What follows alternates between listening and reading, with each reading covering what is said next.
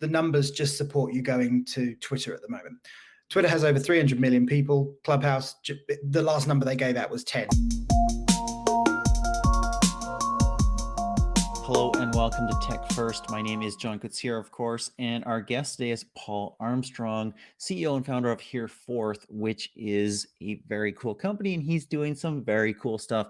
We're talking about Twitter Spaces, and of course, social audio has just absolutely blown up over the last, can I say half a year, maybe even a year since quarantine time. We all know about Clubhouse. We all know about many of the other big ones, but Twitter Spaces is also in this place. And Paul, let's start there. You're doing something very cool there. What is Twitter Spaces? Sure. Twitter Spaces is an audio product that's based on Periscope. They've stripped it back and they're building from the ground up to create an audio product that basically launches live in the app. So eventually, anyone will be able to start a space or join a space. But for the moment, there's a select few beta users that can start and host spaces, but everyone can join them. So if you look and open the app, you'll see it in the top sort of part of the bar.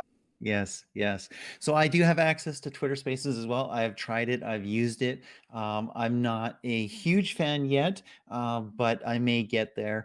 But you have kind of a claim to fame. You have the first, perhaps the only Twitter Space that we know of right now that has actual sponsorship. Talk to us about that. Yeah, so the product that I created it specifically for Twitter Spaces. When I got on there, I just fired it up, probably like most people do when they've had access. And I just sat there and just thought, right, do you know what? I'll do a tweet to make sure that people know that, you know, the terrible organic rates that I would have got with that. But then about 5 or 6 people jumped in and said, hey, I just wanted to find out what this was and that sort of thing. And there were 5 people that I've been following for a number of years that I'd never spoken with, never connected, don't even think I DM'd them or anything. And we just caught up. We said, oh, I've been following for years.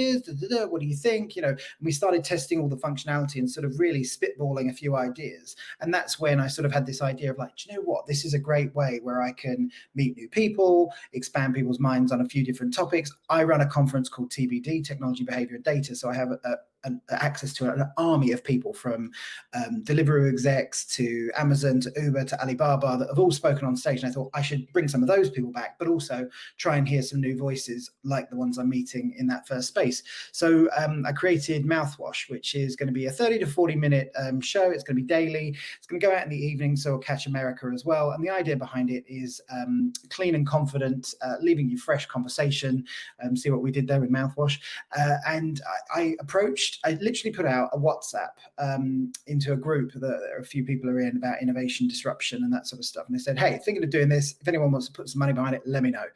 And a person got involved from Shell, and they're coming on board as the sponsor for the first season. So yeah, I was blown away by how intrigued they were. It's their innovation and sustainability arm. So again, super pumped for that to be good news. Yeah, and it's just a really interesting platform. And I think what a lot of people are unaware of is that it's different to Clubhouse and other audio spaces in a number of ways. But the biggest way is you can actually have a little box at the top of your chat so you can push in tweets. So for Mouthwash, we've actually created a specific sort of segment, if you want to call it that, where we're going to call it Desert Island Tweets, and the talent's going to pick, or the guest is going to pick 3 tweets that have sort of changed their life in some way. Maybe it's thinking, maybe it's they connected with someone, maybe they got married through one of them. It's a really interesting sort of functionality that we've got. I think it's a very simple product, but I think it's got a lot more promise because you got the DM functionality. If you want to take something offline, you can meet with people, you can put links in. It just feels like a nicer, organic sort of space than other spaces that I've been in. Well, every creator who's labored for half a year building something and hasn't monetized it absolutely hates you at the moment. But that's pretty awesome. That's a very, very cool story. You talked about Twitter Spaces, and I've played with it as well. It is pretty bare bones right now. What really works about Twitter Spaces? Why did you pick that rather than, say, Clubhouse? Sure.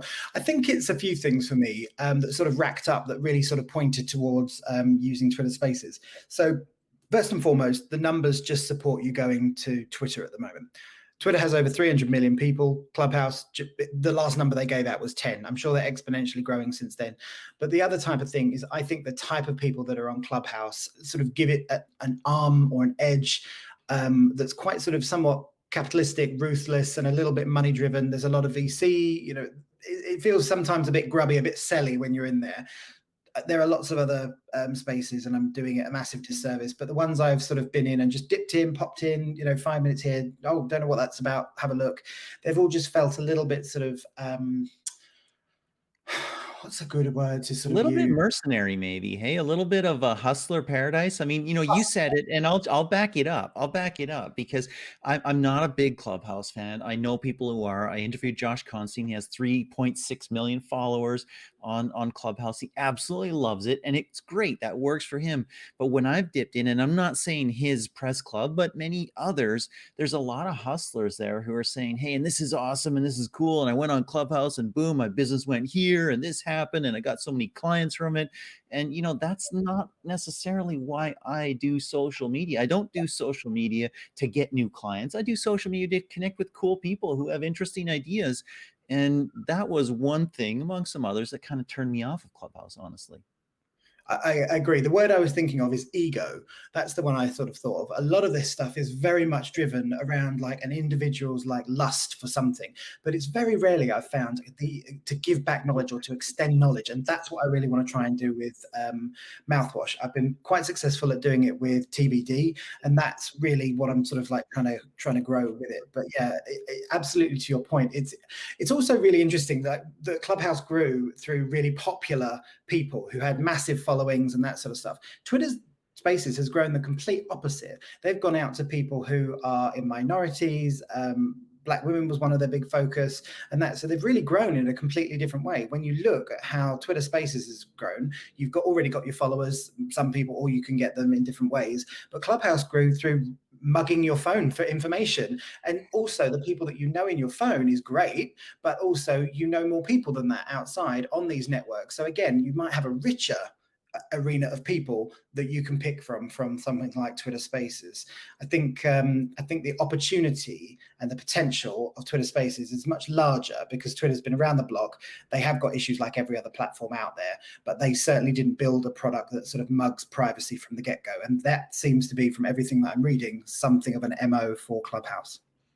So let's talk about Twitter Spaces. And I've played with it a few times. I like it. I'm not in love with it at the moment.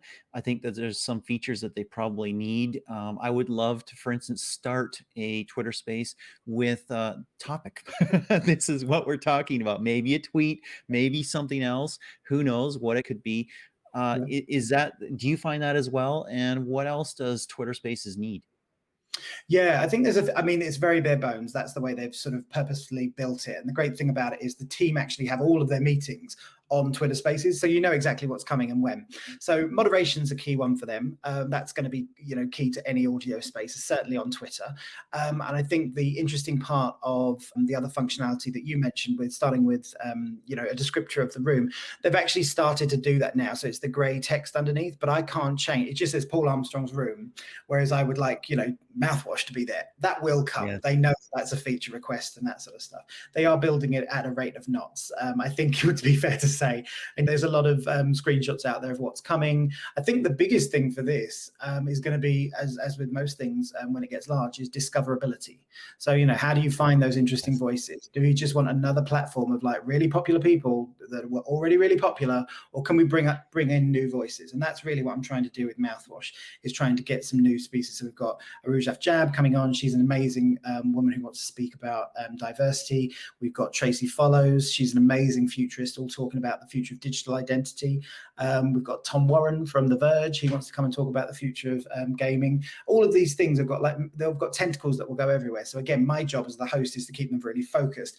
And that's a good thing about Twitter Spaces, is there's no time limit, but what I'm doing is purposely putting a time limit on it. So that for me is going to be an interesting challenge, I think. But yeah, I mean, I'm intrigued to see how it goes. I think it's a really big experiment, and I'm really proud of why Shell has done it. They're a massive corporation. You don't necessarily think of them like, oh, let's do some experiments, but they came on and did it. So I'm kind of pumped for them to do it and see where Spaces goes, because like I said, it's still in beta literally right now.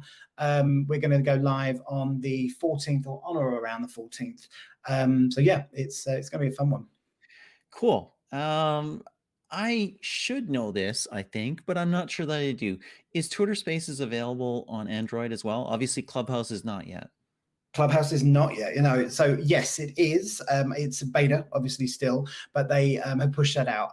There are, That's an bugs. important piece for me. That's a really important piece for me because I would feel horrible to start something on Clubhouse, and guess what? You can only come if you have iOS. I mean, Yeah, it's like it's and like that is demographics, just should not be a thing today. and absolutely true. But the demographics of iOS. In the marketers' minds, they're always like richer, more upwardly mobile, in different places, and you go like, that's not the change we need to see in the world. You need to be more inclusive. So I'm absolutely pleased as punch that they have pushed Android so fast that they have. So yeah, definitely. It also crazy opens you up to millions more people. So it is a wonder And the why they have. global audience. I mean, obviously, iPhone has good market share in the United States, Canada, UK, many other places, Australia. But if you're talking Android, you're talking a global audience where many countries it has 70%, 80%, 90% or higher market share. India, many others, China, other places like that. Excellent, Paul. This has been super interesting, super cool to hear a little bit more about Twitter Spaces, what's working there, what's not working there. The first show, perhaps, that has achieved sponsorship, which is Mouthwash, which is a cool name as well. Nice background from you said, or somebody like that. Yeah, Phil Libin, who's the CEO of it. If you haven't played with it, it's new video conferencing technology that feels a bit more like a TV show. So you can have animated backgrounds, slides will come in and out. I can make myself disappear, move down, and everything. Really, really fun. It's .io, I think, or something. But just Google. Nobody can spell that. How many ums are there? How many H's? All that stuff. I did get pitched on that technology. I checked it out. I didn't ultimately write about it or really test it out, but it is kind of cool. I must be Yeah, creating a virtual camera that you're feeding to StreamYard, the technology I use to record this, yeah. and doing some neat things there. Paul, thank you so much for taking some time to chat about this stuff. Really, really interesting. Really do appreciate your time as well. Thanks for having me.